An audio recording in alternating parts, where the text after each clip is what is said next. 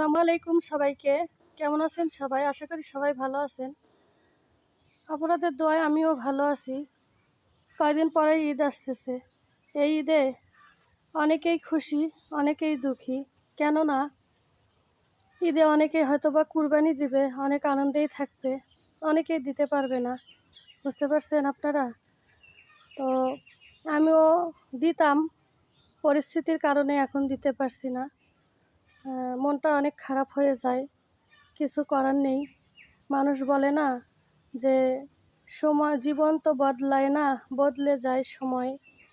মানুষের জীবনে কখন কি হবে কেউ বলতে পারে না। আপনারা হয়তোবা আমার ভিডিওতে, আমার লাইভে সবাই দেখেন যে আমি সবসময় হাসি খুশিই থাকি।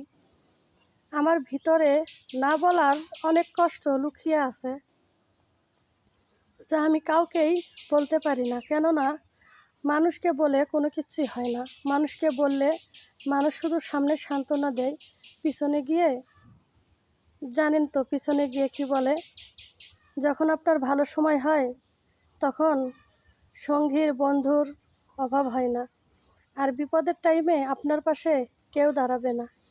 এখন আমার বিপদ, এই জন্য আমার পাশে কেউ থাকে না। আপনারা একটু ভালোবেসে এই বোনটার পাশে থেকো। ধন্যবাদ সবাইকে।